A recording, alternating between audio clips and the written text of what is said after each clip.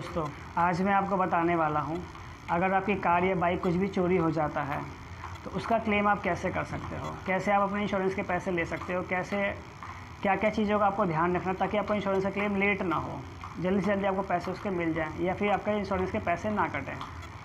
तो उसके लिए कुछ चीज़ों का खास ख्याल रखना पड़ेगा आपको। कुछ मैं प्रोसीजर बताऊँगा, कुछ स्टेप बताऊँगा ताकि आपको फ्यूचर में कभी भी ऐसी कोई समस्या अगर आती है तो उसमें आपको हेल्प मिल सके। मान लीजिए अभी कार या बाइक कुछ भी चोरी हो जाता है तो सबसे पहले आपको क्या करना है, 100 नंबर कॉल करनी है। उस चीज़ में आपको बिल्कुल लेट नहीं करना है। 100 नंबर कॉल करने के बाद आप ढूंढ लीजिए अपनी बाइक को कि कहीं अगर मिल जाती है या कार आपकी कहीं मिल जाती है तो ठीक है, अगर नहीं मिलती है तो 100 नंबर आपने कॉल कर दी। उसके बाद पुलिस वाले आपके पास या तो आएंगे या फिर आपको फ़ोन करके बोलेंगे कि आप नज़दीकी थाने में जाइए, जो भी उस एरिया का थाना लगता होगा, और वहाँ पे एक FIR लॉन्च करा दीजिए।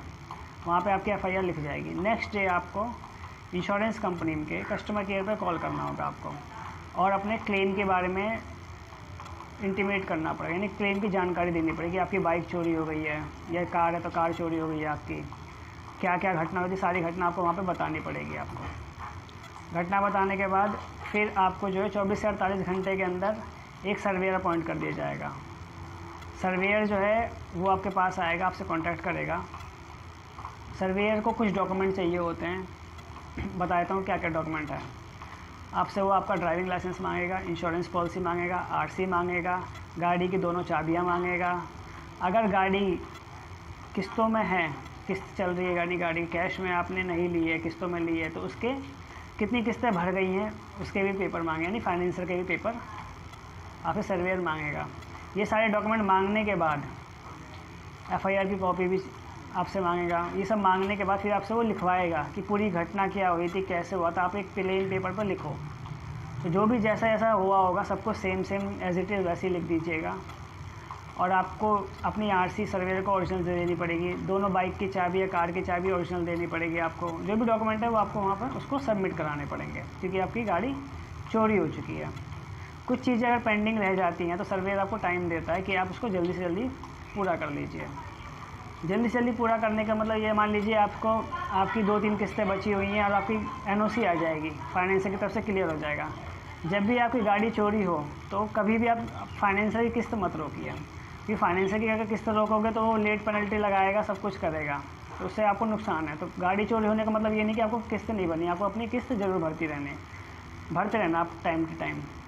फाइनेंसर की पूरी पेमेंट करके उससे NOC ले लीजिए। NOC जो इंश्योरेंस कंपनी में अगर जमा करा देंगे आप, यानी क्लेम टीम को जमा करा देंगे, तो ये है कि आपका जो भी क्लेम का पैसा होगा सारा का सारा वो आपके अकाउंट में ट्रांसफ़र होगा। अगर आपने फाइनेंसर से NOC नहीं ली तो उसके लिए क्या करना पड़ेगा, फिर वो जो भी फाइनेंसर का पैसा निकल रहा होगा पहले इंश्योरेंस कंपनी उसको ट्रांसफ़र करेगी, फिर बाकी का बचा हुआ पैसा आपके खाते में आएगा।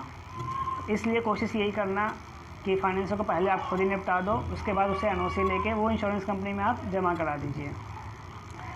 ये सब डॉक्यूमेंट जमा करने के बाद दूसरी स्टेप बता रहा हूँ मैं आपको पुलिस वालों की तरफ से। पुलिस आपकी गाड़ी को ढूंढेगी, मैक्सिमम 3 महीने का टाइम होता है। 3 महीने के अंदर अगर पुलिस आपकी गाड़ी को ढूंढ लेती है तो ठीक है, और अगर नहीं ढूंढती है तो आपको एक इंटरेस्ट रिपोर्ट देगी कि हम आपकी गाड़ी नहीं ढूंढ पाए हैं, और ये इंटरेस्ट रिपोर्ट है। वो इंटरेस्ट रिपोर्ट भी आपको इंश्योरेंस कंपनी में सबमिट करनी पड़ेगी। ये आप बाद में भी जमा कर सकते हैं।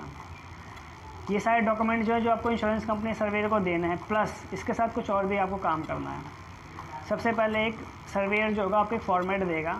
उस फॉर्मेट में एक एप्लीकेशन लिखी होगी जो आपको अपने नियरेस्ट अथॉरिटी में, जहाँ से आपकी जो भी आपकी अथॉरिटी लगती होगी, उस अथॉरिटी में जाके आपको अपनी RC ब्लॉक करवानी पड़ेगी, ताकि ये RC किसी और के नाम ट्रांसफ़र ना हो जाए। तो अथॉरिटी को एक लेटर लिखा जाएगा, यानी RT ऑफिस को। उसमें आपकी RC की कॉपी लगेगी और आपकी एप्लीकेशन और आपके ID प्रूफ। वो आपको खुद ही वहाँ पर्सनली जाके उस RC को ब्लॉक करवाना पड़ेगा अपने RT ऑफिस में जाके। दूसरा, एक लेटर आपको NCRB को देना पड़ेगा। NCRB को एक लेटर लिखना पड़ेगा, उसका ही फॉर्मेट सर्वेयर आपको दे देगा। उसमें ये लिखना पड़ेगा कि आपकी गाड़ी चोरी हो गई है और इस गाड़ी को सेम वही है कि रिकॉर्ड गवर्नमेंट के रिकॉर्ड में आ जाएगा, क्राइम ब्यूरो रिकॉर्ड में आ जाएगा कि आपकी गाड़ी ये चोरी हो चुकी है, तो इसको कभी भी मिलती है तो ये मेरे को दे दी जाए। उस वहाँ पर भी एक आप लोग को एप्लीकेशन लिख के जमा करनी पड़ेगी।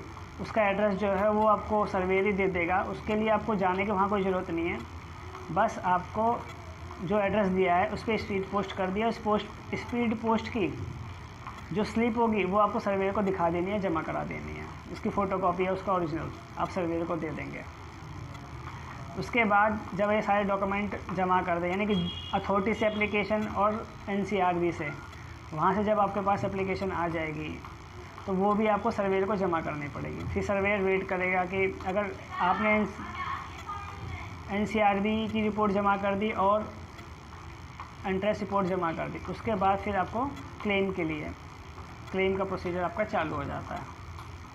क्लेम के लिए आपको फिर क्या करना पड़ेगा, जब डॉक्यूमेंट सारे इंश्योरेंस कंपनी के पास आ जाएंगे उसके बाद इंश्योरेंस कंपनी जो है एक डॉक्यूमेंट भेजेगी आपके पास 29 नंबर 30 नंबर फार्म, यानी कि कल को कोई आपकी ये गाड़ी मिल जाती है तो वो इंश्योरेंस कंपनी के नाम ट्रांसफ़र हो जाएगी। यानी कि उस आपको क्लेम का पैसा देने के बाद अगर आपकी गाड़ी पुलिस वालों को मिल जाती तो वो उसका जो मालिक होगा वो इंश्योरेंस कंपनी होगी। तो इंश्योरेंस कंपनी के नाम वो कुछ डॉक्यूमेंट भेजेंगे, उस पर आपको साइन करके जमा करने पड़ेंगे, वापस इंश्योरेंस कंपनी में भेज देना वो डॉक्यूमेंट। उसके बाद फिर आपसे आपकी KYC डिटेल मांगी जाएगी, आपका अकाउंट डिटेल मांगेगी, पैन नंबर मांगा जाएगा, ये सब जब आप अपना डॉक्यूमेंट दे देंगे तो उसके बाद इंश्योरेंस कंपनी जो भी आपकी गाड़ी की IDV लगी थी उस IDV के हिसाब से आपको सारा पैसा आपके अकाउंट में विदिन 30 डेज़ के अंदर ट्रांसफ़र कर देगी। जब आप सारा डॉक्यूमेंट अपने सबमिट कर दोगे तो उसके 30 दिन के अंदर आपके अकाउंट में सारा पैसा आ जाएगा। इस सब की चीज़ों में आपकी हेल्प करने का सर्वेयर आपके साथ हमेशा रहेगा, उससे आप अपनी हेल्प लेते रहेगा जो भी आपको हेल्प की ज़रूरत पड़ेगी, और सर्वेयर आपको बताते रहेंगे कि कैसे कैसे आपको क्या करना है और आपका पैसा आसानी से आपके पास आ जाएगा। Thank you.